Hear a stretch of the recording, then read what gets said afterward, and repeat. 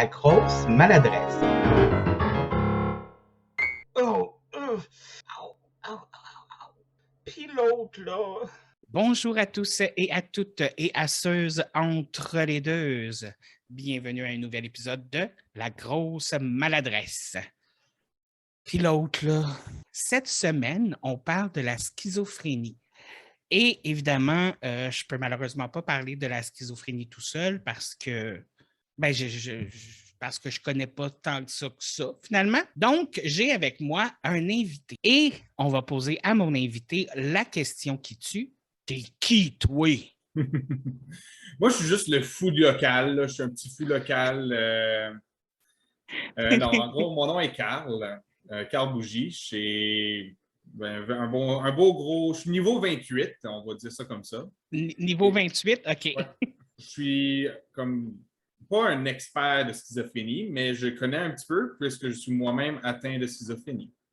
Parce que tu as juste dit que tu es le fou, puis je t'ai imaginé en tant que, tu sais, dans La Belle et la Bête, là, le fou, l'ami de Gaston, genre. Oh boy. Là, je t'imaginais en train de chanter « Il n'y a personne comme Gaston ». Là. Excuse-moi, ça on parlait de comédie correct. Musicale tantôt, fait que là, ça Oui. m'a comme... Oui, excuse-moi. Imagination. Imagination. Imagination. Attends, on va y aller avec SpongeBob. Imagination. Donc, comme tu dis, tu es atteint de schizophrénie, c'est ça? Oui. Écoute, on va commencer avec le commencement parce que souvent, c'est comme ça qu'on commence. Oui, des fois, je parle vraiment pour rien dire. Je suis vraiment désolé. Des fois, mon cerveau ne se connecte pas. Donc, comment c'est arrivé? Comment tu as appris que tu étais schizophrène? Comment ça a commencé chez toi? Eh bien, chez moi, ça a commencé surtout avec dans le fond, il y a plusieurs choses sur la schizophrénie, un gros volet. Oui. Mais pour moi, comment ça a commencé, c'est qu'il y a eu beaucoup de...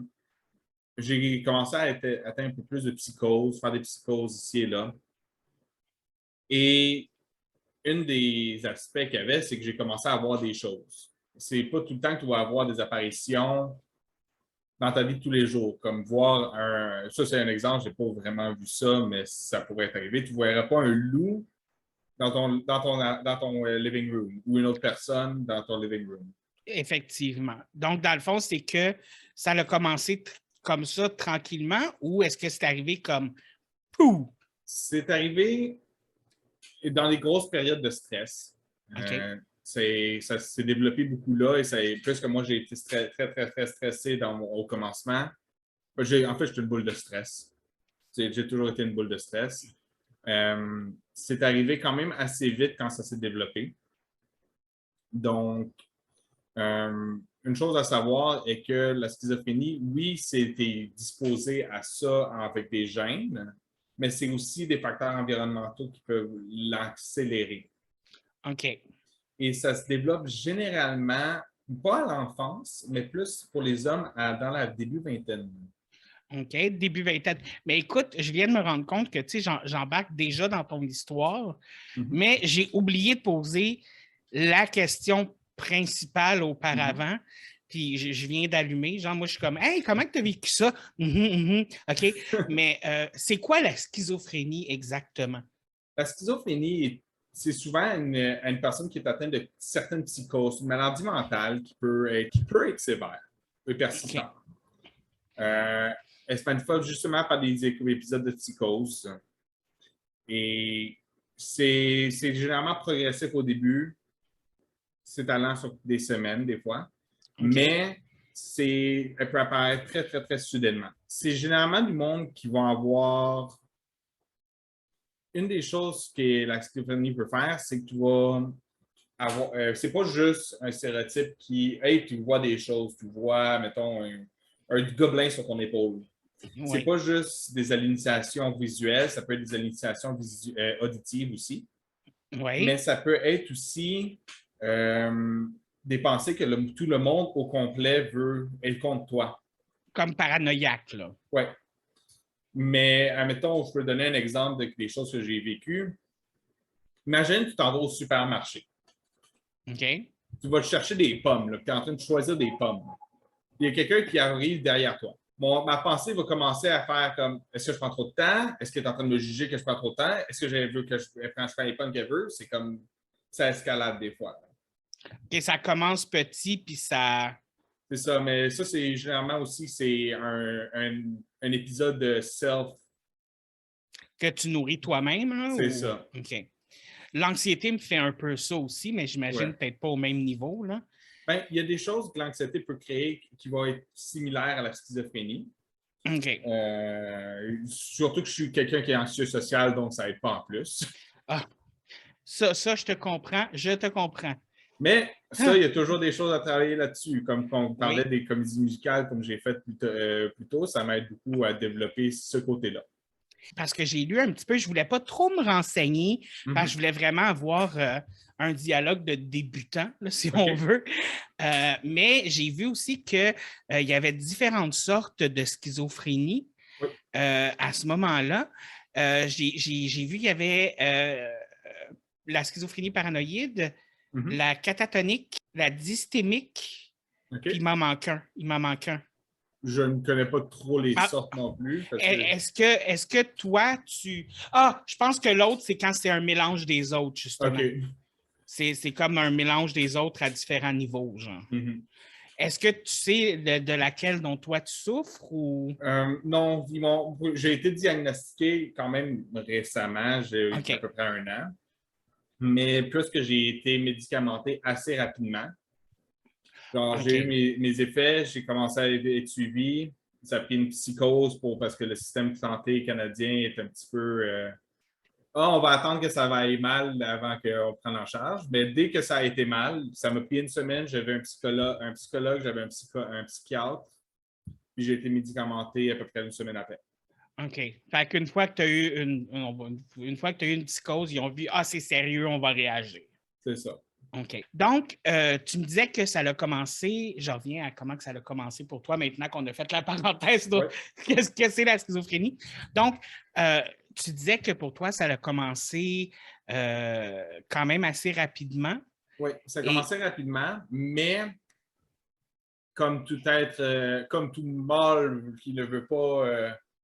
j'avais de la misère à en parler, donc je n'ai pas été suivi, donc ça a été... je dirais que ça a commencé vers 20-21 ans. OK. Tu es rendu à quel âge, là, si je peux 28. me permettre? OK. Fait que j'ai commencé à me faire suivre à 26 à peu près. Donc, j'ai essayé d'endurer ça pendant à peu près 5 ans, 5 à 6 ans. Mais quand tu dis que tu as essayé d'endurer ça, comment tu te sentais dans ce moment-là où il y a des choses qui t'arrivaient, tu devais savoir qu'il y avait des choses comme... Oui. Comment tu te sens dans cette période-là où l'ego est plus fort que d'aller chez le docteur, mettons, là? Bien, qu'est-ce qui arrive, c'était souvent... je peux dire que l'élément déclencheur qui m'a fait vraiment genre un gros coup, c'était à mon ancien job. Mon ancien patron s'est suicidé, malheureusement, pas à son âme. Mes condoléances. Oui. Et c'est un excellent patron, c'est juste il avait des problèmes et il a décidé de faire ça comme ça. Et ça m'a chamboulé très beaucoup. C'est pour le mettre comme ça. Je l'adorais, ce patron-là. C'est pas quelque chose de facile quand il y a quelqu'un autour de toi qui... Surtout que ton patron, normalement, c'est quelqu'un que tu croises à tous les jours, c'est quelqu'un que tu vois tous les jours. Fait que c'est dur sur les émotions, là. Oui. Je veux dire, c'est une personne que je connaissais bien, mais c'est pas pour ça qu'on est là. C'est comme j'ai dit, paix à son âme, il est à une meilleure place. Mais qu'est-ce que ça fait, c'est que ça a chamboulé beaucoup de choses. Dans ma tête, ça a mis beaucoup de choses en perspective, puis ça a déclenché une grosse psychose. J'ai resté lucide, mais ça, c'est une anecdote qui est arrivée quand j'étais allé à l'hôpital. J'avais une boîte. OK. Une boîte avec des cossins dedans. Je ne voulais pas me séparer de ma boîte. OK. Mais genre vraiment intense, là. Mais la boîte, elle avait comme une importance outre mesure? Ou... Absolument pas. C'est un projet que je travaillais sur pendant ce moment-là, puis je ne voulais pas m'en séparer. Mais pendant la psychose, je veux dire, est-ce qu'il y avait quelque chose de spécifique à la boîte elle-même ou c'est ça que je veux dire? Je pense que c'était, moi, mon guess, après thought, là, est que je pense que c'était quelque chose qui pouvait me garder sur terre parce que je pouvais gosser dessus, je pouvais gosser sur le projet. C'était je sais pas si je pense que tu as fait des choses avec des maîtres de jeu, Oui. des codes de mailles, des choses comme ça. OK. C'était une code d'écaille. Donc, c'est beaucoup de patentage à la main. OK, c'est pas les trucs en métal, mais c'est comme genre effet dragon, si on veut. C'est Là. ça, effet OK. dragon. Ah, excuse-moi. Je savais pas que tu peux faire ça. Moi, j'avais vu celle que tu peux faire là, avec les mics, Ouais, une par mais une, puis ça prend 20 000 ans. Là. Ouais, ben, ça prend 20 000 ans pour le faire en écaille, mais ça donne un beau résultat. J'en doute même pas, mais c'est quand même un beau projet, puis ça te permettait de t'ancrer, dans le fond, dans la réalité. C'est ça. Fait que je pense que c'est pour ça que je l'ai gardé Afterthought. Pendant la psycho, je voulais vraiment pas me séparer de ma boîte, absolument pas. C'était comme touchez-y pas, sinon c'est moi qui vais vous toucher. Ben c'est pas ça que je voulais dire, pas en tout. Wow! Ça sonnait pervers, mon affaire, Ah, c'est excuse-moi. ça. Non, mais tu comprends ce que je veux dire quand Oui, même. j'ai compris le sens, même si le sens n'était pas. Oui, mais justement, tu parles de psychose, puis je veux pas. J'ai jamais eu de psychose, fait que j'ai aucune idée de qu'est-ce qui se passe quand on a une psychose. Qu'est-ce qui se passe dans notre tête quand on a une psychose? Quand tu as une psychose, c'est généralement tu commences à avoir de la difficulté à te séparer la réalité de ce qui est dans ta tête. OK. Mais est-ce que tu peux donner un exemple peut-être de comment que ça se passait pour toi? Qu'est-ce qui si tu ne veux pas donner d'exemple personnel, genre tu peux juste donner comme un. Dans ma dernière psychose, j'étais assis, je commençais à m'engouffrer dans mon siège. J'étais plus capable de rester droite. Le plancher était en train de bouger, devenait liquide. OK. Mes voix dans ma tête devenaient beaucoup plus agressives. Ils devenaient violentes même, quasiment. C'est un gros mot, là, mais ça devenait violent. Excuse-moi, quand tu dis les voix dans ta tête, Ouais. est-ce que c'est vraiment des voix différentes de la tienne ou est-ce que c'est comme ta propre voix, mais qui te dit des choses à toi-même? Je sais pas si C'est un peu les deux des fois. Des fois, ça va être ta propre voix, mais des fois, moi, pas dans mon cas, parce que c'est différent pour tout le monde. Dans mon cas, des fois, c'était pas ma voix, c'était des voix qui revenaient généralement fréquemment, mais c'était pas ma propre voix. Des fois, c'était des voix féminines et ainsi de suite. Et je suis très, très, très féminin avec ma Oui. Avec ma Avec la Mais tous les hommes ont besoin d'un côté féminin. Donc, oui.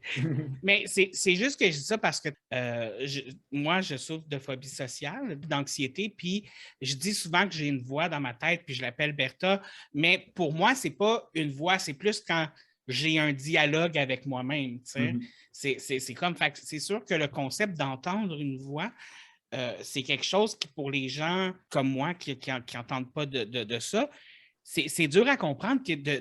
J'essaie de comprendre peut-être un peu comment tu les entends. Est-ce que tu les entends comme s'ils étaient vraiment là ou si ça résonne juste dans ta tête, comme quand, mettons, tu penses puis tu parles dans ta tête? Il y en avait deux types. Il y en a des fois que c'est vraiment quand tu penses, mais si je vois une hallucination, là, elle vient externe. OK. Tu vois, ça, c'est ça que je ne savais pas non plus. Je ne savais pas que la voix pouvait devenir externe. Puis, toi, dans tes débuts, tu as dit que tu as été 5 ans où tu as essayé d'endurer ça pendant 5 ans sans par toi-même. Tu sais. C'est quoi l'impression que tu as toi-même? Est-ce que tu pensais que tu étais fou? Est-ce que tu savais que c'était de la schizophrénie? Est-ce que tu avais des doutes ou comment tu voyais ça? Comment tu voyais toi-même à ce moment-là? Au début, je ne comprenais pas très ce qui se passait. Je trouvais que je devenais fou. Mais j'ai commencé à guesser que c'était de la schizophrénie il y a à peu près genre, mettons qu'on dirait que j'ai fait sur 5 ans que je ne suis pas diagnostiqué puis j'étais par moi-même. On va dire à la moitié, j'ai commencé à guesser que c'était de la schizophrénie. OK. Parce que c'est souvent ça qu'on entend, quelqu'un qui voit des voix et ainsi de suite, même si ça peut être plus que ça. Puis je me commençais à me renseigner, puis il y avait beaucoup de choses que, effectivement, ça rentrait dans. Comme les pièces du casse-tête rentraient une en l'autre. C'est comme quand tu vas, mettons, sur les sites de self-diagnosis puis que tu te reconnais dans tous les symptômes aussi. Ben, c'était pas C'était pas à 100% de tous les symptômes, Oui. mais c'est comme ça faisait du sens. OK. Et pendant cette période de temps-là, est-ce que tu essayais de le cacher? Est-ce que tu en parlais aux gens? Absolument pas. Non. Est-ce que c'est parce que tu avais honte, que tu avais peur ou parce que tu as parlé un peu d'ego tantôt masculin? Là? Non, ça, c'était vraiment plus une joke. J'ai pas vraiment tant d'ego que ça. C'était plus par peur. La Parce peur? que une peur de ce que je pourrais faire, mais aussi une peur de comment que les autres pourraient me voir. OK. Ça, c'était mon anxiété qui sortait là-dessus, là. Mais les peurs de comment que les autres pourraient me voir, me percevoir. Parce que on va se le dire, un schizophrène psychotique, ça fait 30 ans qu'il n'a pas été diagnostiqué et qui devient de plus en plus fou. C'est ça qu'on voit dans les films d'horreur qui sont super dangereux. C'est sûr que c'est pas les gens qu'on a plus envie d'aller vers eux. C'est ça. Mais en même temps, il y a beaucoup de stéréotypes là-dessus aussi, mais ça, on va y revenir. Mm-hmm. Et, mais ça a dû être dur passer à travers ces 5 années-là. Oui. Ça n'a vraiment pas été facile. C'était. Comment tu as fait pour tenir le coup pendant cette période de temps-là? Ça, c'est quelque chose que j'ai souvent été. C'est en anglais du willpower, de la volonté. J'ai eu tout le temps une grosse volonté de vouloir réussir.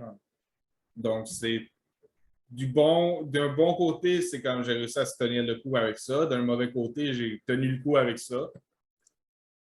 Mais c'est ça que je trouve un peu remarquable parce que dans le sens où c'est pas quelque chose qui est facile, on s'entend, mais tu t'es quand même battu contre ça longtemps aussi, là, d'essayer de fonctionner puis de vivre en société malgré ces hallucinations-là, malgré les voix, malgré tout ça.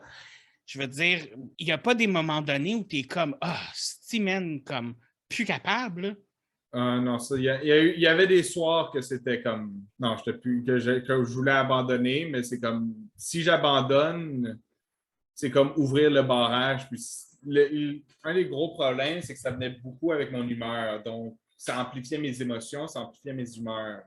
Okay. Donc, une petite variable vers le haut. Des fois, les voix étaient positives. C'est comme vas-y, continue, t'es capable. Mais là, tu vas un petit peu vers le bas, puis ça amplifie vers le bas descendant beaucoup plus. OK. Fait que ça joue beaucoup avec comment tu te sentais aussi. C'est ça. Fait que si tu te permettais d'avoir des downs, c'était comme donner du pouvoir vers le bas aussi. C'est ça. Hein? OK. Wow, excuse-moi. Je suis juste comme... Je suis juste un peu flabbergasté, pour être honnête, parce que, tu sais, dans le sens où je sais juste... tu sais, on essaye de se mettre à la place des gens quand on leur parle et tout ça. Puis, il me semble que moi, je me mettrais à voir des choses. On entend des fois, je ferais pipi dans mes culottes. Là. Moi, je suis un peureux. Moi, je suis un gros peureux dans la vie. Fait que je suis sûr que ça me ferait faire comme... J'embarquerais sur des délires de monstres en dessous de mon lit, puis tout ça, là, puis j'ai même pas de dessous de lit, là, ça te donne une idée, là. Tu sais, je veux dire... Mais... Le monstre en dessus de mon lit, c'est le chat de ma blonde. Ah, OK. Il t'attaque-tu les pieds quand tu passes? Des fois. OK. Parce que ça, c'est la job du monstre en dessous du lit, c'est d'attaquer tes pieds. Sinon, c'est pas un bon monstre en dessous du lit. Mais, tu sais, tu ris, mais j'ai encore peur aujourd'hui. C'est vraiment niaiseux, là. Je sais que je fais une parenthèse, là, mais j'ai encore peur aujourd'hui quand mon pied dépasse du lit parce que j'ai l'impression qu'il y a une main qui va sortir pour essayer de me pogner le pied, genre. Oh boy. Tu sais, j'ai 36 ans, là! Écoute, ça s'appelle une phobie. Et une phobie, on ne peut pas contrôler ça. Mais, tu sais, puis tu sais que c'est niaiseux. Tu sais, moi, je sais que c'est niaiseux, là. Je sais que ça n'arrivera pas parce que, comme je te l'ai dit, j'ai pas de dessous de lit. Les chances que si ça arrive, là, c'est parce qu'il y a un démon chez nous puis il a passé à travers le plancher, là. Ouais, non, je veux dire. Ça. Mais bref, excuse-moi, parenthèse.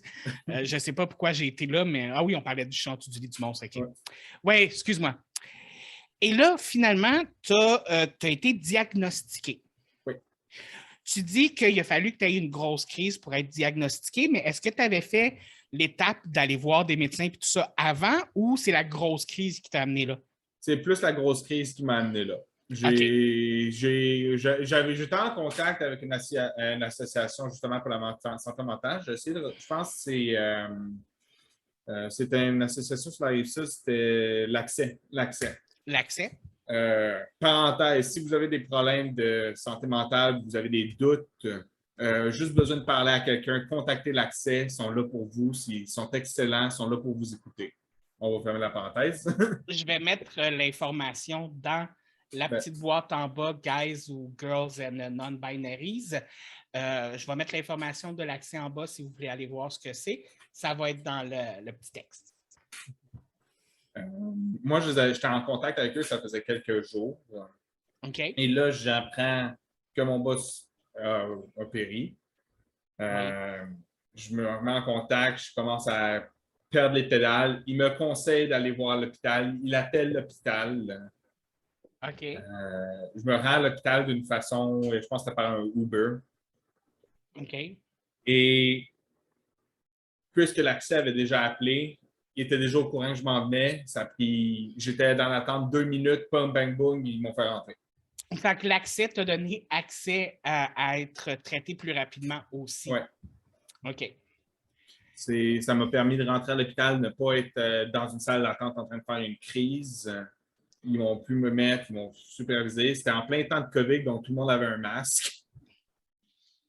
Est-ce que c'était une crise qui aurait pu être dangereuse pour toi ou pour les gens autour de toi? Ou plus pour moi. Moi, Okay. Dans mon cas, c'est tout le temps dépendamment de la personne et de la crise, de la psychose qu'ils font. Mais je dirais que plus souvent, le monde sont dangereux pour eux-mêmes et non pour les autres. OK. Ça peut arriver que tu vas être dangereux pour un autre, mais c'est généralement très, très, très dangereux pour une personne elle-même. Est-ce que ça t'est déjà arrivé de te faire du mal à toi-même durant une crise ou? Non, j'ai toujours gardé mon esprit lucide. Même si je commençais à perdre le fil, c'est comme j'allais chercher de l'aide, j'allais chercher de l'aide. Okay.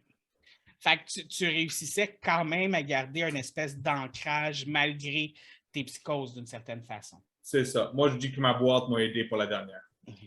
Mais c'est quand même une bonne chose parce que, tu sais, des fois, on va entendre des histoires, puis c'est pas tout le monde qui sont capables, malheureusement, de garder ce petit côté de lucidité-là qui leur permet de rester ou de s'ancrer dans le monde non plus. Donc, encore une fois aussi, comme tu disais tantôt, ça dépend de quel type de schizophrénie, puis c'est quoi les symptômes que tu as, donc ça peut être changé. Donc, une fois que tu as eu ton diagnostic, comment tu te sens par rapport à ça? Le diagnostic ne m'a pas tant choqué. Ça a choqué plus ma famille. OK. Pas choqué de mauvaise façon, mais c'est comme, je ne voulais pas trop y croire au début parce que, encore une fois, les stéréotypes.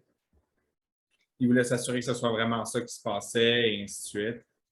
Puis j'imagine aussi que tu leur avais peut-être pas nécessairement parlé de ce qui allait pas. Donc, pour eux, est-ce que ça venait genre out of nowhere? Ou? Vers la fin, quand j'ai commencé parce qu'ils te donnent jamais. Dans le fond, moi, où j'étais, c'était le PEP, dans le fond, le premier épisode psychotique. Oui. Ils ne t'appliquent pas une étiquette dès le début. OK. Fait qu'ils disent que tu as un trouble de psychotique. OK. Fait que là, quand j'étais avec ça, là, ils m'en ont parlé, j'en ai parlé à mes parents, et ainsi de suite. Et moi, je guessais que c'était la schizophrénie, eux, ils ne voulaient pas trop y croire. À un moment donné, il y a eu une rencontre avec mes parents que j'ai invité mes parents. Ce n'était pas mes parents qui se sont forcés à la visite avec le médecin, c'est moi qui les ai invités pour qu'ils puissent discuter. Et c'est là que le médecin a fait effectivement, c'est de la schizophrénie. OK. Est-ce qu'ils ont eu de la difficulté à l'accepter? Est-ce que toi, tu as eu de la difficulté à l'accepter? Moi, je n'ai pas eu trop de difficultés. Je ne peux pas parler pour mes parents. Pour mes parents, je pense qu'ils veulent mon bien. C'est des excellents parents, ils veulent mon bien. Puis ils ont toujours été très supportifs de ce que je disais. Et donc, oui, je pense qu'ils l'ont bien accepté. OK. C'est quand même bon parce que c'est important d'avoir un soutien aussi, ne serait-ce de sa famille ou des amis autour de soi et tout ça. Mhm. Est-ce qu'il y a des gens qui ont mal réagi, autres que ta famille, des amis, tout ça? Est-ce qu'il y a des gens autour de toi qui ont mal réagi quand ils ont appris que tu étais schizophrène? Dans ma face, non. OK. Mais dans ton dos, oui. Je ne sais pas. Moi, Ah, de OK. mon côté, je pourrais. Si je laisse la schizophrénie y aller, c'est probablement. OK. Mais ça, c'est ma peur qui arrive, puis le fait que justement mes insécurités. Oui, c'est l'anxiété qui embarque aussi. Ouais. Mais j'imagine aussi qu'avec avec la schizophrénie, il y a d'autres symptômes, justement, comme l'anxiété, parce que souvent, j'entends les gens qui sont schizophrènes, ils ne seront pas juste schizophrènes, ils vont avoir autre chose avec ça.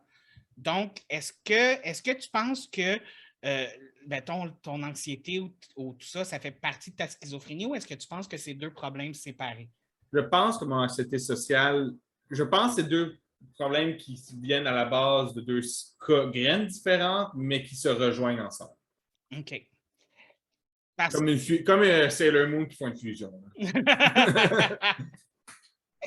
Ah, j'ai toujours voulu être Sailor Mercury, excuse-moi. Tu fais des références que j'aime vraiment beaucoup. En tout cas, là, moi, Sailor Moon, je suis comme un... Oui, excusez. C'est correct. Je pensais justement me faire un tatou de Sailor Moon, fait comme... Bref, excuse-moi. T'embarques dans les bonnes références, qu'est-ce que tu veux? T'as les bonnes références. Mais là, par la suite, tu me disais qu'après avoir rencontré le diagnostic, donc, comment ça se passe la vie après le diagnostic? Comment que ça se passe la vie après avoir appris, OK, c'est ça que j'ai, fait que maintenant, on s'en va où? Ouais, moi, je sais tout le temps, avant de dire à quelqu'un, je ne vais pas. J'ai accepté que c'était une partie de moi-même. C'est pas quelque chose qui va.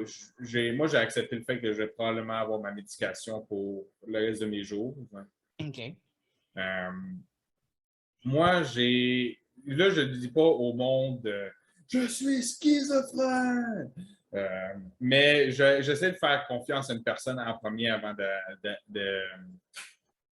de parler, mais je veux en même temps, une partie de moi voudrait essayer de briser certains stéréotypes de cette maladie-là. Dans le sens où tu aimerais être un peu plus upfront par rapport à ça que tu l'es en ce moment? Je pense que je suis quand même je suis devenu assez upfront. Mais j'aimerais ça, genre, je veux pas que les autres voient que c'est ça qui définit qui je suis. OK. Dans le sens où je ne suis pas Carl le schizophrène, je suis Carl qui souffre de schizophrénie. C'est ça. Mais je suis aussi Carl qui aime Sailor Moon, apparemment. Je suis aussi Carl qui...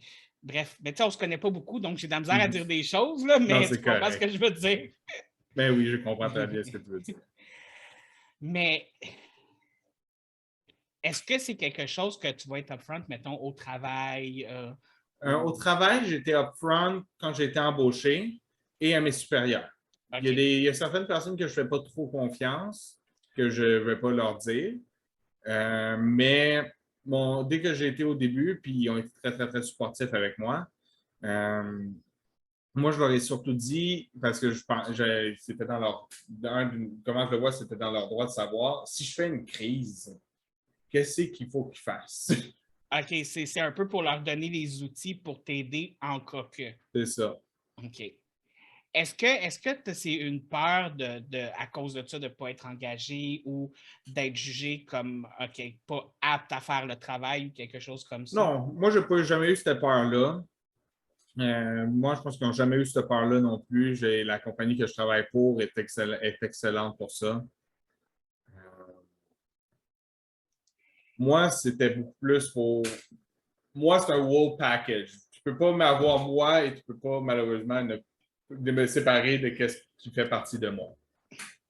Est-ce qu'il y a des situations dans lesquelles où tu as l'impression que ça te nuit dans ta vie d'être schizophrène? Avoir certains. Probablement que ça m'ennuie pour mes relations sociales. Des fois, je pouvais avoir des. Parce que des fois, tu vas être désintéressé de beaucoup de choses. Okay. Ça nuit dans mes relations sociales. Je sais que ça m'ennuie pour avoir certains appartements, un logement une fois. OK. J'ai dit que j'étais schizophrène, puis la personne m'a raccroché au nez. Ah, It's fine, I don't want to live there anyway. ouais, c'est ça. Si la personne te juge là-dessus, tu te demandes de. En tout Non, c'est ça. cas. Donc, Fait que ça te nuit. ça m'a pas tant nuit que ça, parce que je pense que je l'ai bien amené, puis j'ai bien... C'est comme. Je sais pas, il y a une expression là, comme tu mets du sucre sur la pilule, mettons. Genre? Ouais. Mais OK. Et tu disais tantôt que tu as quand même accepté le fait que tu allais être probablement obligé de prendre de la médication toute ta vie. Est-ce que c'est quelque chose que tu as accepté tout de suite ou est-ce que c'est quelque chose que ça a pris du temps? Dès que la médication m'a fait, parce que je peux le dire, j'en entends plus de voix en ce moment, je suis très, très, très stable. Moi, ça a juste fait comme, ouais, non, je ne retourne pas en arrière. OK. Fait que finalement, la plupart des symptômes, est-ce qu'il y a encore des symptômes que tu as malgré la médication? Certaines insécurités. L'insécurité, c'est plus difficile. Des fois, j'ai l'impression que quelqu'un va me menacer, même si ce n'est pas le cas. Mais ça, c'est rare. Mais non, je n'ai plus d'hallucinations visuelles ni auditives. Les insécurités sont beaucoup plus calmes. C'est beaucoup plus facile à gérer. Ça m'aide même sur mon anxiété en certaines parties. OK. Fait que c'est comme, ça arrive encore, comme tu dis, que tu vas te sentir avoir des petits moments paranoïaques, si on veut, mais tu as plus de facilité à les gérer, puis c'est jamais, je veux dire, c'est jamais hors proportion, mettons. C'est ça. OK. C'est excellent. C'est excellent. Puis, pour parler de la médication, il y avait plusieurs médications offertes. Tu avais bien sûr par la bouche, qui était la pilule. Oui. Le problème avec une pilule pour ça, c'est que ça crée un up and down. C'est un up pendant la journée, mais le soir, tu es un down parce que la pilule ne fait plus effet. Alors, c'est pour ça que moi, j'y étais à quelque chose de plus stable, qui est une injection que j'ai au X nombre de semaines. OK. Fait, tu vois, ça, c'est quelque chose que je ne savais pas non plus qu'il y avait comme différents types. Fait que dans le fond, tu vas te faire une injection à l'hôpital ou tu la fais toi-même? Non, techniquement, il faudrait que j'aille à la clinique où je travaille de 8h30 à 7. À 5, c'est difficile d'aller à la clinique parce qu'il ferme à 4. Donc, j'ai une infirmière qui vient chez moi. C'est une infirmière de l'hôpital qui vient chez moi. On parle, on me donne mon injection. Merci, bonsoir. Ah, OK. Tu vois? Je n'étais même pas au courant, pour être honnête. Je pensais que c'était des pilules là, aussi. Là. Il y en a, c'est juste, il y en a pour des pilules, ça leur fait super bien. Ils ne veulent rien savoir des aiguilles. Pour eux, ça leur fait bien. Ça leur fait bien. C'est beaucoup moins cher aussi, la pilule. OK. Mais est-ce que les assurances couvrent ça? Mon assurance couvre 80% de l'injection. OK. Qui donne à peu près 100, qui me reste 100 $ à payer. Quand même. C'est 500 $ de base de médicaments. Okay. Les assurances couvrent 80% et je suis sur un programme qui permet d'avoir la gratuité pour ces médicaments-là, donc je ne paye rien. Ah, OK, au moins. OK. Parce que ça, c'est une question aussi, parce que souvent, c'est pas tout le monde qui a nécessairement les moyens de se payer la médication dont ils ont besoin. Non. On va se dire, même si on est au Canada puis qu'on a des assurances puis qu'il y a la RAMQ, ça ne veut pas dire que tout est gratuit. T'sais? Je ne veux même pas savoir qu'est-ce que ce médicament-là coûterait aux États-Unis, nos voisins du Sud. Ça coûte probablement le quadruple. Probablement. Mais au moins, c'est ça. Ça c'est une bonne chose là, que tu es dans un programme comme celui-là. Maintenant, on va rentrer dans le côté un peu plus touché de c'est quoi les stéréotypes que tu t'es rendu compte que le monde avait autour de toi par rapport à la schizophrénie? I'm crazy. OK. Je peux être quelqu'un de dangereux. OK. Je peux être quelqu'un de dangereux, comme je disais. Je peux être pas quelqu'un de confiance. OK. Est-ce que c'est des choses que les gens t'ont déjà dit ou c'est quelque chose que je percevais, que c'est comme... Parce que c'est difficile à en parler des fois, surtout quand tu vois des émissions justement comme ça, que c'est quelqu'un de dangereux, il vient tuer du monde, il n'est plus capable. Tu entends certains, des fois, des témoignages policiers, il était schizophrénique et il était dangereux. C'était moi, c'était ces gros stéréotypes-là que j'avais peur. Mais en me renseignant, ça, c'est peut-être une information, je ne sais pas si tu voulais avoir plus tard, mais quelque chose qui est surprenant, c'est que la schizophrénie n'est pas rare. OK. À peu près 1% de la population va être atteinte de schizophrénie environ. Il y a des différents niveaux, là. C'est des Ouais. niveaux qui ne sont pas nécessairement détectables, mais environ 1%, une personne sur 100 va avoir de la schizophrénie. C'est énorme là, sur quelques milliards de personnes. C'est un gros nombre, effectivement.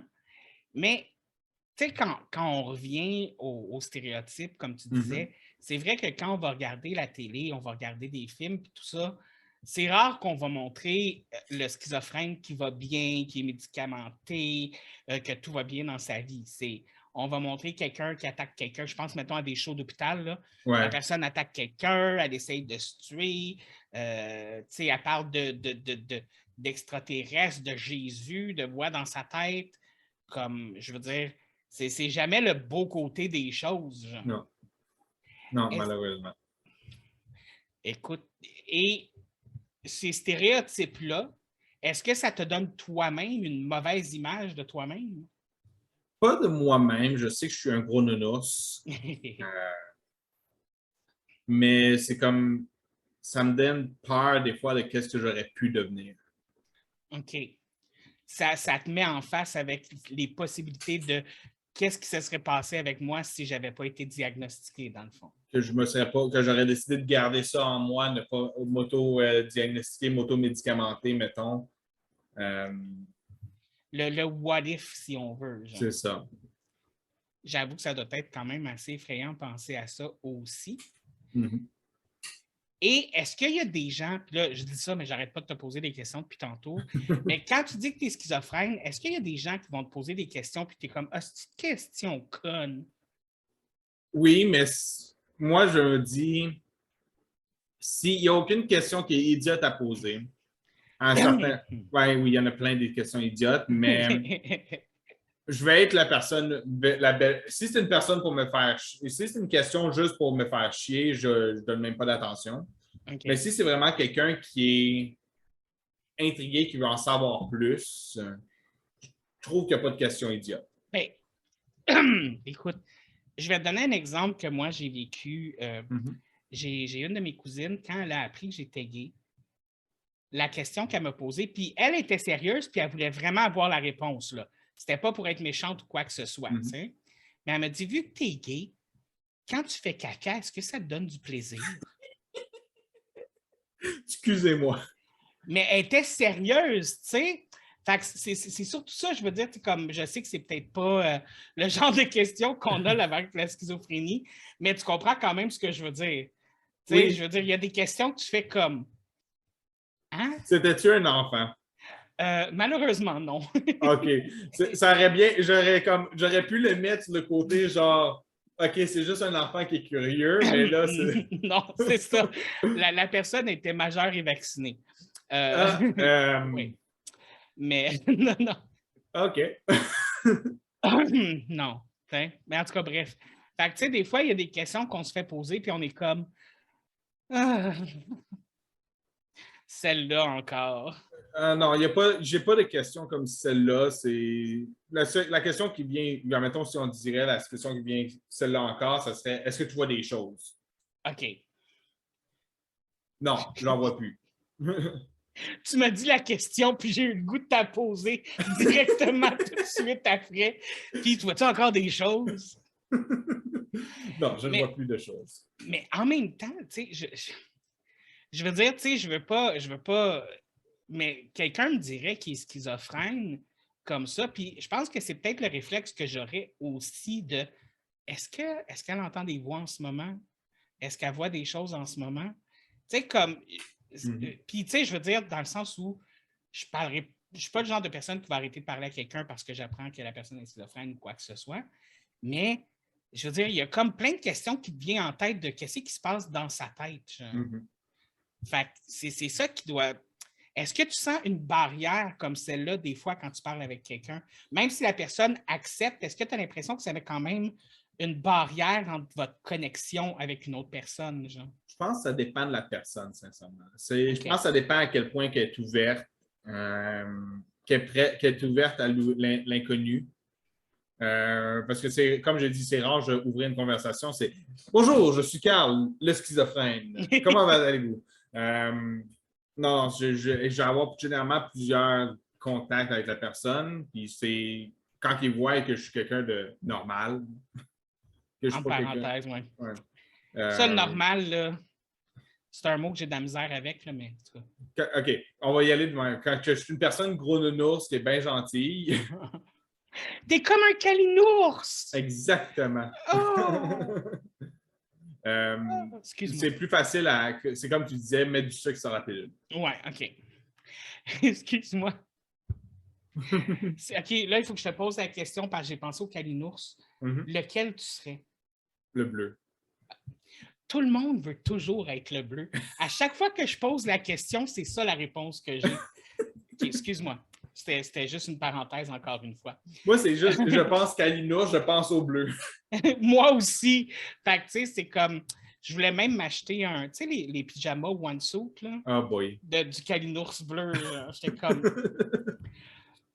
finalement, il n'y en avait pas à ma grandeur, fait que j'ai acheté celui de Jack Skeleton de Nightmare Before Christmas. Nice. Oui. Ça a aussi été mon costume d'Halloween l'année passée.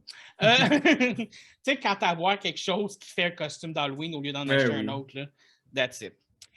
Et puis là, en ce moment, ça fait quand même un an et demi que tu es sur la médication, que tu vas bien, tout ça. Est-ce que tu as quand même encore des... Qu'est-ce qui est le plus dur pour toi au quotidien par rapport à ta schizophrénie encore, mettons? Le plus dur au quotidien, c'est encore les insécurités que j'ai. C'est genre, c'est de l'insécurité permanente qui vient avec. C'est ça qui est le plus difficile à gérer. C'est difficile, je le gère bien, mais c'est ça qui est le plus difficile de vivre. OK. Et le reste, ça reste quand même plus facile, exactement. Ouais. Et c'est quoi le genre d'insécurité que ça donne exactement? C'est tout le temps une insécurité sur qu'est-ce que les autres pensent sur moi? Est-ce que je fais quelque chose qui est hors normal, en parenthèse? Qui est out of character? J'ai-tu l'impression, j'ai toujours l'impression de devoir être sûr que je fais quelque chose de correct pour les autres. Non, qu'il n'est pas out of character et ainsi de suite. Et est-ce que tu as l'impression que les gens, des fois, vont excuser certains de tes comportements sur le fait que tu es schizophrène, admettons? Je pense pas. OK. Moi, j'ai eu une mini-crise avec mon boss parce qu'il me mettait vraiment sur le spot, puis j'ai comme expliqué toutes les. On s'est bien rétabli après, là. C'était juste. J'ai eu une mini-crise. Oui. Puis, mais tout s'est bien fini. J'ai eu ma crise, je me suis calmé. On s'est expliqué, ainsi de suite. On a parlé comme des adultes. OK. J'adore mon boss pour ça. C'est un adulte. Il ne voulait pas m'attaquer. C'est juste que moi, je le percevais comme ça. Et encore une fois, ça s'est empiré, comme on va dire. Ça, c'est auto-fuel. C'est ça. Un petit peu comme des fois, j'essaie d'expliquer à ma boss, genre, j'ai dit comme, moi, je peux partir de j'ai échappé mon crayon à terre, puis 2 secondes après, dans ma tête, c'est ma vie est finie, là. Ouais. Tu sais, c'est comme, puis comme le lien qui se fait comme en 2 secondes là-dessus, là, tout fait du sens, là. Tu sais? Non, c'est ça. C'est des... En tout cas, bref, excuse-moi. Non, Mais non, ça, c'est mon anxiété à moi, là, mais... Bref. Attends 2 secondes.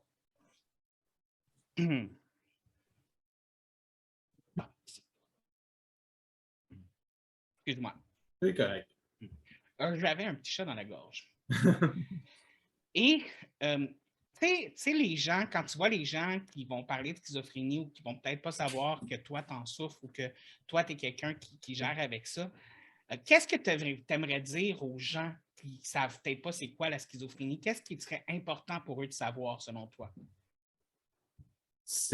On n'est pas aussi dangereux que tu le penses. On est plus. On est plus de personnes que tu penses peuvent avoir ces insécurités-là, qui peuvent en souffrir. Même en joke, c'est faire attention à comment on s'en adresse. C'est vraiment. J'ai déjà eu une personne sur Discord, mais c'est des amis que j'ai justement quand on parlait de gaming, que j'ai eu des gros amis, donc j'ai beaucoup d'amis à travers le monde. Il en avait invité une personne dans notre serveur. Là, il avait commencé à faire des jokes là-dessus. Ils l'ont shut down instantanément parce qu'ils savaient de ce que je souffrais. Il était. OK, est-ce que la personne ne savait pas que tu étais schizophrène, Elle mais elle souvent commençait à faire des propos. très, très, très insultant vis-à-vis de ça. Puis, OK. ils l'ont mis. Je pense que la journée d'après, il avait été ban du serveur parce qu'il avait continué à en parler quand je n'étais plus là. OK. C'est pas pour tout le monde, malheureusement. C'est pas tout le monde qui est tolérant, mettons. Non. Fait que dans le fond, de s'enlever la préconception comme de quoi que toutes les personnes qui souffrent de schizophrénie sont dangereuses / des bombes à retardement. Là. C'est ça. OK. Et surtout, tu sais, je veux dire, comme tu disais, tu es médicamenté, tu n'entends plus les voix, tu n'as plus d'hallucinations, tout ça. Mm-hmm. Donc, ça doit être comme blessant pour toi, quelqu'un qui va comme penser que tu peux être dangereux ou quoi que ce soit, dans le sens où tu te manages bien, Mm-hmm. ton esprit est en mode, je sais pas, je veux pas dire le mot normal, j'ai ça dire ce mot-là, est en mode... Relax. Ouais, ton cerveau est relax, ton cerveau il est là, puis tout ça, puis d'avoir ce concept-là, c'est comme, OK, ta gueule. C'est ça. C'est comme si je pensais, ah, regarde, il est bizarre, il y a des écouteurs en forme de chat, il doit être. Ouais, c'est ça, ça fait de moi un psychopathe. C'est ça. Tu sais, je te l'ai pas dit, là, mais j'ai 3-4 cadavres dans mon sous-sol. Là. Qui en a pas? Qui en a pas? Ben, ceux qui n'ont pas de sous-sol. Ils ont un garde-robe. Oui, mais un cadavre, ça se cache moins bien dans un garde-robe. Fais juste pas l'ouvrir. Ah, il y a ça. Il y a ça. Mais ton linge pue après. Ouais. Tu vas chez le monde, puis le monde est comme, ah, c'est quoi cette odeur-là? J'ai leur expliquer, c'est le cadavre encore, tu sais. Excuse-moi. Pas d'allure. Ouais. Oui, excuse-moi. Des fois, j'ai un humour un peu dark. C'est correct. Il y a toujours une limite à avoir un humour dark. Il y en a qui se prennent bien. Je veux dire, j'ai des jokes qui sont très dark que je n'oserais pas dire sur un podcast qui va aller sur Internet. Mais tu sais, moi, j'aime beaucoup j'aime beaucoup les films d'horreur. Je suis quelqu'un de très, très, très gore, si on veut. Mm-hmm. J'aime beaucoup les films. Tu sais, ça, c'est ma plus grosse contradiction dans la vie. Autant j'aime les casses avec oreilles roses, puis les licornes, puis les arcs-en-ciel, autant j'aime les monstres que je suis en amour avec Jason Voorhees, puis que genre, j'aime le gore, tu sais. Mm-hmm. Fait que, dans le fond, finalement, je vais être comme, je suis le genre de gars qui va être comme, « Ah, c'est tellement cute! » Tue-le. Tu sais, comme, bref, je ne sais pas pourquoi je me suis en allé là, mais voyons. Oui, mais parlant de joke qui se fait probablement pas sur un podcast, et là, tu m'as ouvert une porte, hein, je m'excuse, ouais, tu m'as ouvert correct. la porte. Comment tu appelles ça, une femme tronc qui sonne chez vous? Oh boy, non, je sais pas. Une tronçonneuse.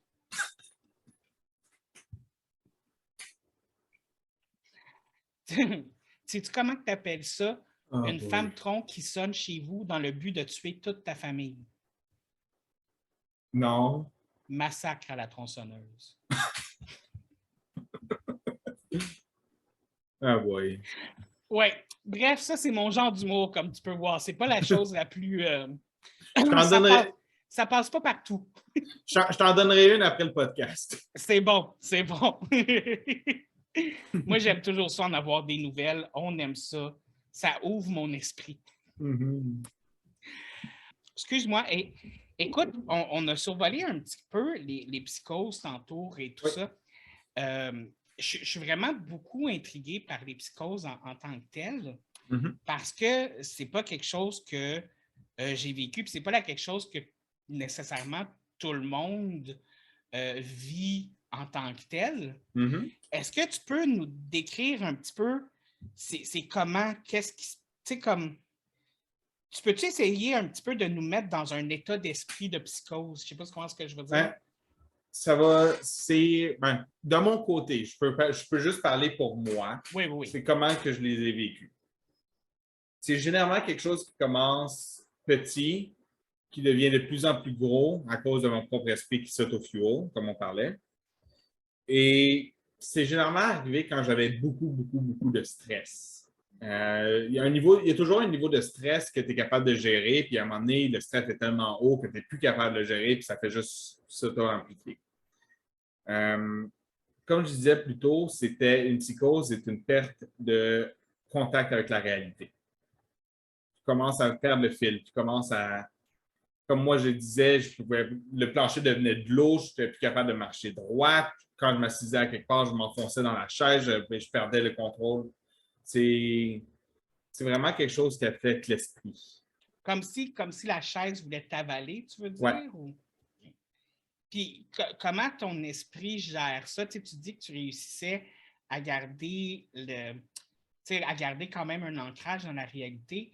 Comment que le côté irréel reste tangible malgré le côté réel? Je ne sais pas ce que je veux dire. Ben, ça commence à affecter tes sens. OK. Il affecte ta vision, il affecte ton sens de l'équilibre, il affecte aussi le sens ça peut affecter ton sens de l'odorat, mais ça peut affecter, c'est ça, ça peut affecter l'ouïe, ça va affecter tous tes sens. Et c'est pour ça que tu viens, est-ce que c'est vrai, est-ce que c'est pas vrai?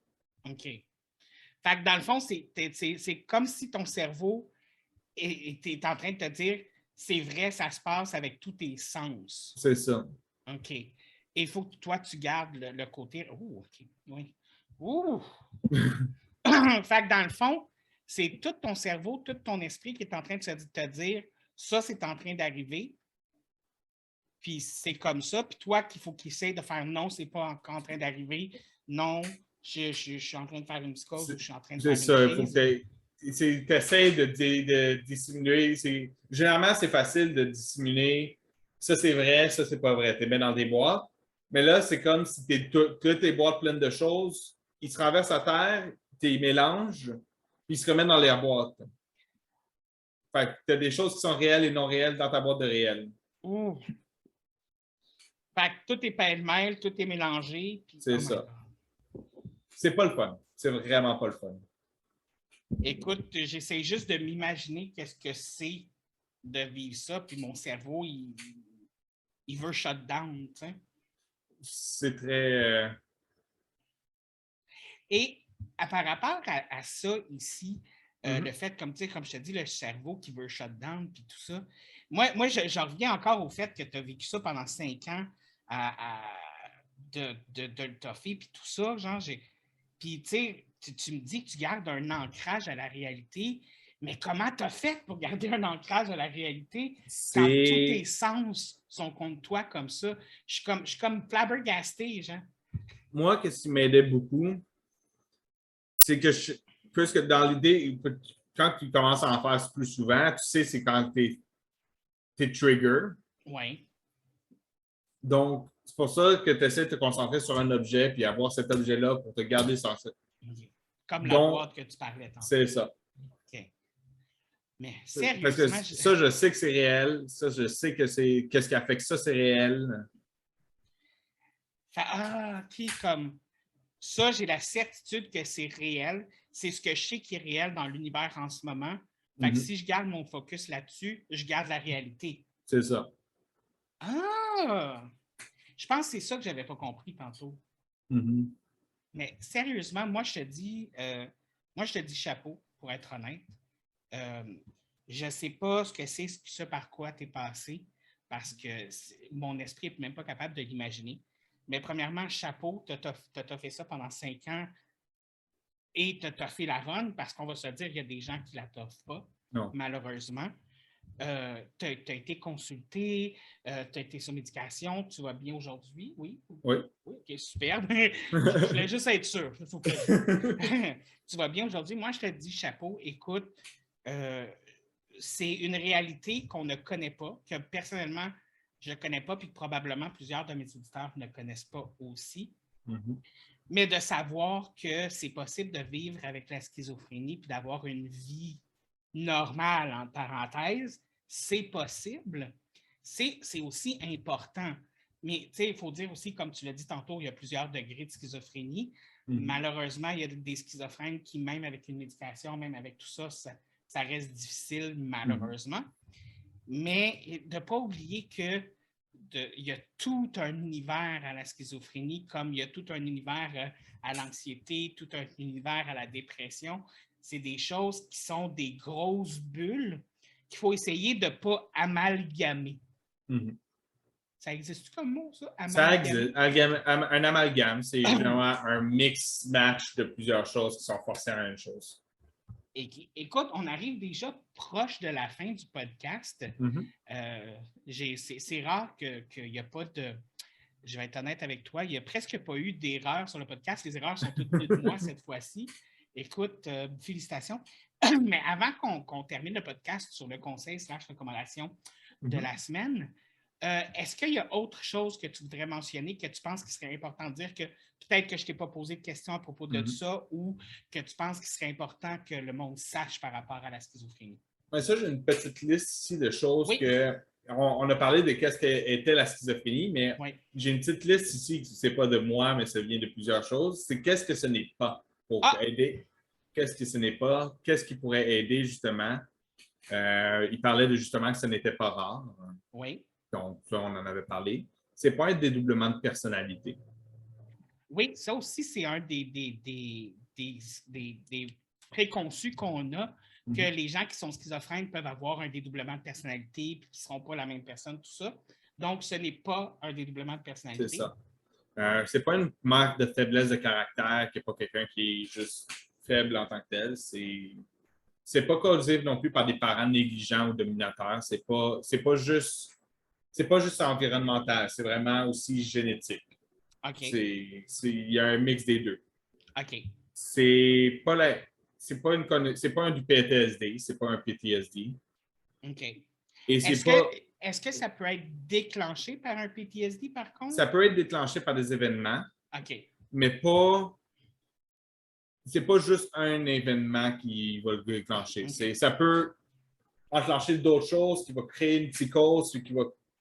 Si tu es plus susceptible à la psychose, ça va pouvoir déclencher une psychose qui va pouvoir te mettre plus en temps. OK. Dans le sens où le PTSD ne va pas nécessairement ne donnera pas la schizophrénie, mais peut déclencher les symptômes de la schizophrénie. C'est ça. OK. Là, je comprends. Une chose aussi, c'est ça, je vais le dire pour le conseil de la semaine, je vais en avoir deux pour une fois. Ah, super!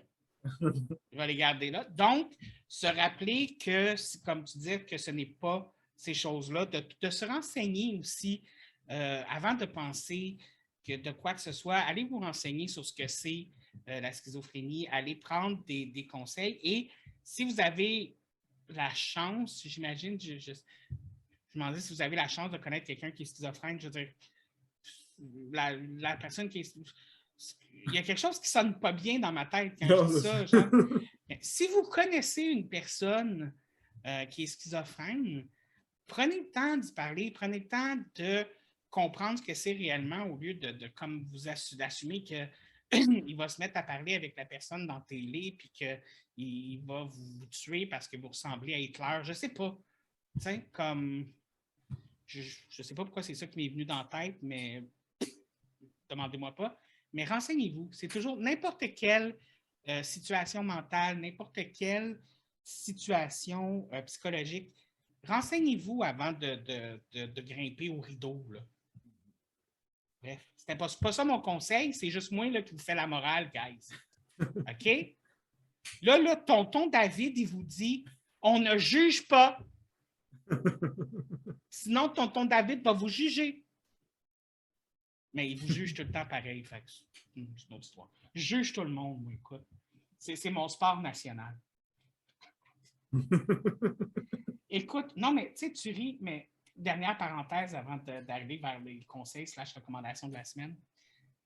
moi et une de mes amies, on avait déjà été dans un parc et on était en train de pique-niquer et on jouait au jeu de on juge le monde qui passe. Tu sais? Puis on juge le monde, puis on juge, puis on juge, puis on juge, puis on se fait du fun à juger, tu sais. C'est des jugements gratuits, là. Très gratuits. Super gratuits, parce qu'on s'entend qu'on ne les connaît pas, les personnes qui passent. Non, c'est ça. Et cette journée-là, tout le monde portait du verre, puis on était comme « Arc, est-ce que c'est lettre, le verre? Asti de verre, man. C'est quoi le monde qui porte du verre? Arc, puis on jugeait le monde qui porte du verre. Puis là, à un moment donné, je me retourne vers Marie-Pierre, je fais « Marie-Pierre, ta camisole est verte. » Marie-Pierre me regarde, elle fait « David, ton short est vert. » Mais là, on part à rire parce que toute la journée, on a jugé le monde qui portait du vert, puis on portait du vert nous autres mêmes, genre. Oh boy. À quel point c'est ironique, là. Tu sais, mais écoute, ça a été un des événements de ma vie. Ma vie est plate de même quand ça, c'est un des événements de ma vie, là. Bref, juste une parenthèse, mais ça donne une idée de quand on juge les gens, puis qu'on est trop occupé à regarder le monde, ben des fois, on ne se regarde pas soi-même. Je pense que c'est une des meilleures histoires pour dire ça. Oui. Finalement. Et bref, comme tu sais, j'aime beaucoup finir mes podcasts par un conseil / recommandation de la semaine. Donc, aurais-tu un conseil / recommandation de la semaine pour nous cette semaine? J'en aurais deux. La première, c'est deux qui sont liés ensemble. Oui. Donc, si jamais vous avez, consulter quelqu'un pour un psychologue juste parce que quelque chose ne va pas bien, c'est bon pour tout le monde. Tout le monde a besoin de parler à du monde. Une personne neutre, on va le dire comme ça, pas besoin de parler à une personne neutre. Parce que c'est bien de parler à ta mère, à ton père, mais eux, ils ont une opinion, sont biaisés. Toujours bien de parler à quelqu'un de neutre qui peut te donner des opinions. Ça va faire du bien à tout le monde. Donc, si vous vous demandez la question, est-ce que j'ai besoin de consulter, la réponse est oui. Écoute, j'adore ce conseil-là parce que moi, s'il y a une chose que j'aime dire dans la vie, c'est que tout le monde devrait avoir un psychologue. Oui. Tout le monde. Et le deuxième conseil est encore comme on avait parlé plus tôt. Si jamais quelque chose ne va pas, que tu as besoin de parler à quelqu'un en urgence, la ligne d'accès est toujours disponible qui va être dans les commentaires plus bas. Ils sont excellents pour ça. C'est vraiment, moi, ils m'ont sauvé, je peux dire qu'ils m'ont sauvé la vie d'une certaine façon. C'est vraiment important que si vous avez besoin de parler en urgence à quelqu'un, contactez la ligne d'accès. Ils sont là pour ça. Et comme il l'a dit, je vais mettre, si vous l'écoutez à l'audio, ça va être dans la description de l'épisode. Vous allez voir où vous pouvez voir le numéro de téléphone de l'accès ou le site Internet. Et si vous l'écoutez sur YouTube, ben, ça va être dans la boîte en bas. Et donc, moi, mon conseil / recommandation de la semaine, ça va être quelque chose d'un petit peu moins relié à ce qu'on a parlé aujourd'hui, malheureusement. Mais il y a une télésérie canadienne qui s'appelle Slasher. Effectivement, je reviens sur l'horreur, effectivement. Il y a eu 4 saisons. La saison 1, 2, 3, 4. Chaque saison, c'est un peu comme American Horror Story. Chaque saison a une nouvelle histoire. Et c'est toujours une histoire à propos d'un slasher qui tue des gens. Pour ceux qui ne savent pas c'est quoi un slasher, c'est un peu comme les films Scream. Tu as une personne avec un masque qui tue des personnes pour une raison X. J'ai écouté la saison 4 cette semaine et ils ont up le degré de gore. Je ne m'attendais vraiment pas à ça. Écoute, j'ai vu le premier meurtre de l'émission puis j'ai fait comme What the fuck? Genre, donc, excellente. La 4e saison, excellente. Si vous avez une chance d'écouter ça, c'est 8 épisodes par saison environ. Ça ne demande pas beaucoup de temps. Puis, ça permet de faire fonctionner la télévision canadienne d'horreur, ce qui n'en a pas beaucoup. Mm-hmm. Et sur ce, on se revoit la semaine prochaine, alors que je vous apprends comment survivre quand Deadpool a décidé d'attaquer et de tuer toute votre famille. Il n'y a pas grand-chose à faire, malheureusement. Ouais, c'est accepter la mort. C'est juste ça. La grosse maladresse. Vous a été présenté par David Morancy.